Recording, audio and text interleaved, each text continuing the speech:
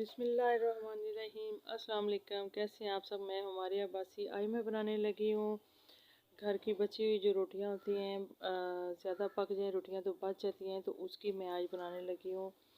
बहुत ही ज़बरदस्त उसका केक बनाना है हमने, जो उसकी बर्फ़ी बनानी है। तो सबसे पहले हमने क्या करना है, ऑयल रख देना है चूल्हे के ऊपर गर्म होने के लिए, और रोटियों को उसके अंदर फ्राई करना है। और रोटियां जो है हमारी जो पकी हुई होनी चाहिए वो ठंडी होनी चाहिए, ये ना हो कि गरम गरम रोटी आप जो है फ्राई करना शुरू कर दो।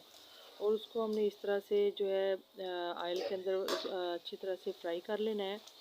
ये वीडियो अच्छी लगे तो इसको लाइक और सब्सक्राइब ज़रूर कीजिएगा, और बेल आइकन को भी दबाया करें ताकि मेरी हर आने वाली रेसिपी आप तक पहुंच जाया करे, और अच्छा सा कमेंट्स भी दे दिया करें। अच्छा जी, तो रोटी को हमने जो है वो इसके अंदर फ्राई कर लिया है। तो इस तरह से इसका ऑयल जो है अच्छी तरह से निचोड़ लेना है। तीनों रोटियों को मैंने अच्छी तरह से फ्राई करना है, और इसकी जो बर्फ़ी है बहुत ही मज़ेदार और ज़बरदस्त बनती है।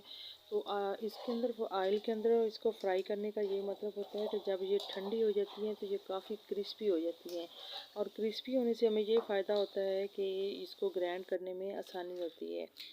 तो अब ये देखिए कि मैंने इसको ठंडा होने के लिए 10 मिनट के लिए रख दिया था, और पंखे के नीचे रखा था, और ये काफ़ी हद तक जो है खुश्क हो गई थी, और काफ़ी जो है वो कुरकुरी सी बन गई हैं। तो बस इसको इस तरह हाथ के साथ आपने क्या करना है, एक प्लेट के अंदर इस तरह से इसका चूरा बना देना है सारी रोटियों का। इस तरह जो है बच्चे जो शौक़ से भी खा लेते हैं, और हमारी जो रोटी है वो ज़ाया भी नहीं होगी, बजाय इसके कि उसको ज़ाया करें तो उसको हम इस तरह की बर्फ़ी या केक बना लें तो वो ज़्यादा बेहतर है। तो बस इसको अच्छी तरह से जो है इसको टुकड़े बना लेने हैं, छोटे छोटे से इस तरह से पीस बना लेने हैं इसके।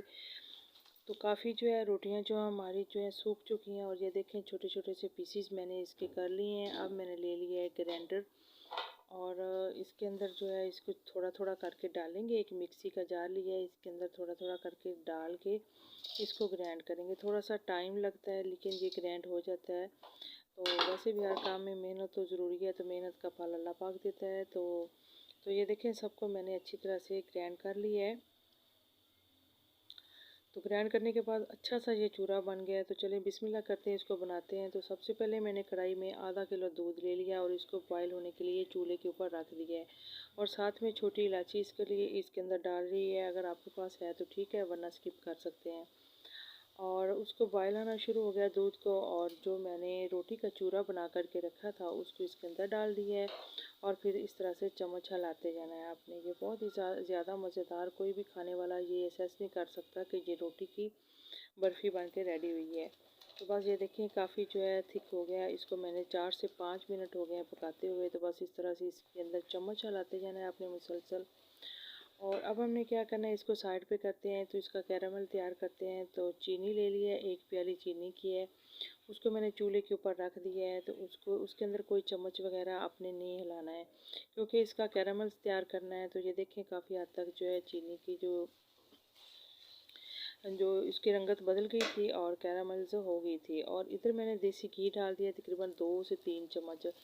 तो जो कैरामल मैंने बना के चीनी का रखा था वो इसके अंदर इसी तरीके से गरम गरम आपने ऐड करना है, उसको ठंडा होने से आपने बचाना है, वरना ये होगा कि वो पैन के साथ ही चिपक जाएगा, और आपका जो सारा कैरामल है वो ख़राब हो जाएगा। और उसको मैंने इस तरह एक बैटर के अंदर डाल दिया है जो हमने बर्फ़ी तैयार करनी है। और साथ ही मैंने इसके अंदर देसी घी ऐड कर लिया था। अगर आपके घर में देसी घी मौजूद है तो ठीक है, वरना आप इस जगह मलाई भी डाल सकते हैं, या फिर डालडा घी भी डाल सकते हैं। तो बस इसको फिर आपने 2 से 3 मिनट और पकाना है। तो ये देखें बैटर जो है वो काफ़ी हद तक थिक हो गया है, और बस इसकी कंसिस्टेंसी इतनी होनी चाहिए कि इसमें ठंडा होने में ये सिर्फ 10 से 15 मिनट ही में ये थिक हो जाए। तो अभी इसमें एक और चीज़ डालनी है, वो है नारियल का चूरा। उसके साथ इसका टेस्ट और बढ़ जाता है। अगर घर में मौजूद है तो डालें, वरना आप नारियल लेके उसको ग्रेट करके इसके अंदर भी डाल सकते हैं।